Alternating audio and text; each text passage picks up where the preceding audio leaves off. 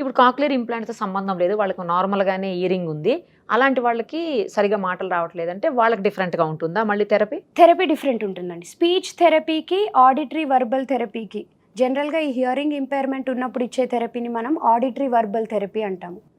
LSL అని కూడా అంటాం, listening and spoken language therapy అంటాం అనమాట. సో ఈ AVT అంటే ఏంటంటే స్పీచ్ థెరపీకి దీనికి డిఫరెన్స్ ఉంటుంది. ఇప్పుడు స్పీచ్ థెరపీ జనరల్గా మనం ఇచ్చే పిల్లలకి వేరే ప్రాబ్లమ్స్ ఉంటాయి, అటెన్షన్ ఉండదు, మనం చెప్పే దాని మీద అటెన్షన్ ఉండదు. కొంతమందికి ఆటిస్టిక్ ఫీచర్స్ అంటాము. సో అట్లాంటి ఫీచర్స్ ఉన్న వాళ్ళకి సోషల్ కమ్యూనికేషన్ తక్కువ ఉంటుంది, ఐ కాంటాక్ట్ ఉండదు, ఇట్లాంటి అండర్లయింగ్ ఇష్యూస్ ఉంటాయి.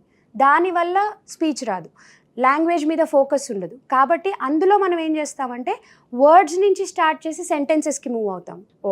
So auditory verbal therapy is a completely different approach.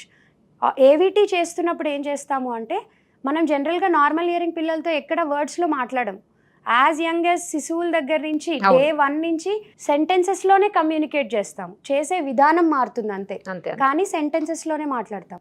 కాబట్టి AVT కూడా మనము సెంటెన్సెస్ నుంచే మాట్లాడతాం. ఎక్కడ మనం ఈ వర్డ్ నేర్పించి తర్వాత వాటిని జాయిన్ చేయడం ఇట్లా ఉండదు అనమాట. న్యాచురల్ లాంగ్వేజ్ డెవలప్మెంట్ ఎలా అయితే జరుగుతుందో, న్యాచురల్ స్పీచ్ డెవలప్మెంట్ ఎలా అయితే జరుగుతుందో వాటి మీదే డిపెండ్ అవుతాం అనమాట. సో వాటి ప్రకారంగానే తీసుకొని వస్తాం. సో ఈ రెండిటికి చాలా తేడా ఉంటుంది. మేజర్గా AVT అనేది లిస్నింగ్ మీద ఎక్కువ ఫోకస్ చేస్తాం. మన టెక్నిక్స్ కానీ స్ట్రాటజీస్ కానీ అన్నీ లిస్నింగ్ మీద ఫోకస్ చేసి లాంగ్వేజ్ డెవలప్ చేయడం అండ్ పేరెంట్ని ట్రైన్ చేయడం. ఎందుకంటే లాంగ్వేజ్ అంటే త్రూ లిస్నింగ్ జరగాలి.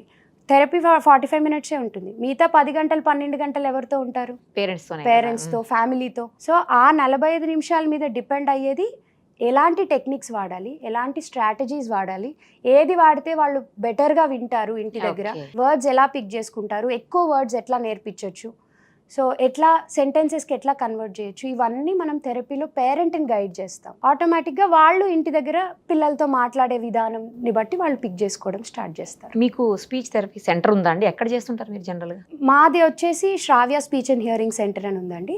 మనం కిమ్స్ హాస్పిటల్తో కొలాబరేట్ అయి ఉన్నాము కాక్లియర్ ఇంప్లాంట్ ప్రోగ్రామ్కి. సో ఈ కాక్లియర్ ఇంప్లాంట్ ప్రోగ్రాంలో ఏదైతే పిల్లలకి ఆడిటరీ వర్బల్ థెరపీ అవసరం ఉంటుందో ఆ ఆడిటరీ వర్బల్ థెరపీ ఇస్తామన్నమాట మనం. సో ఆడిటరీ వర్బల్ స్పెషలిస్ట్ని నేను. మీకు కాస్ట్ ఎక్కువ ఉంటుందండి? ఎట్లా పే చేయాల్సి ఉంటుంది? మంత్లీ బేసిసా లేకపోతే ప్యాకేజ్ లా తీసుకోవాల్సి ఉంటుందా? ఎట్లా? ఇది డిపెండ్స్ అండి. జనరల్గా ఆడిటరీ వర్బల్ థెరపీ అనేది ఒక 1 monthలోనో 2 monthsలోనో జరిగేది కాదు. జనరల్గా మనం డీల్ చేసేది పిల్లలతో కాబట్టి, లాంగ్వేజ్ డెవలప్మెంట్ కాబట్టి కనీసం 3 to 4 years of therapy required ఉంటుంది వాళ్ళ ఏజ్ అండ్ స్టేజ్ని బట్టి. కాబట్టి జనరలీ 4 to 6 months లో కూడా అయిపోయిందని కూడా విన్నానండి కొంతమందికి speech therapy. Auditory verbal therapy అది కాదు, స్పీచ్ థెరపీ. సో అది ప్రాబ్లమ్ని బట్టి ఉంటుంది. ఇప్పుడు సివియారిటీ ఎంత ఉంది, ప్రాబ్లం ఏంటి అనే దాని మీద డిపెండ్ అయి ఉంటుంది. సో హియరింగ్ ప్రాబ్లం ఉండి ఇంప్లాంట్ అయిన పిల్లలకైతే కొంచెం టైం పడుతుంది. అలా కాకుండా ఓన్లీ స్పీచ్కి సంబంధించిన ప్రాబ్లం అయితే మాత్రం కొంచెం త్వరగా అయిపోతుండొచ్చు. Depends it all depends on what is the problem, ఏం ప్రాబ్లమ్, ఎంత ప్రాబ్లమ్ అనే దాని మీద డిపెండ్ అయి ఉంటుంది. ఇప్పుడు మిస్ఆర్టికులేషన్స్ లాంటివి అయితే, అంటే ఈ లెటర్ బదులు ఈ లెటర్ పలుకుతున్నారు, ఆ లెటర్ బదులు ఈ లెటర్ పలుకుతున్నారు, అట్లాంటివి అయితే within months సాల్వ్ అయిపోతాయి.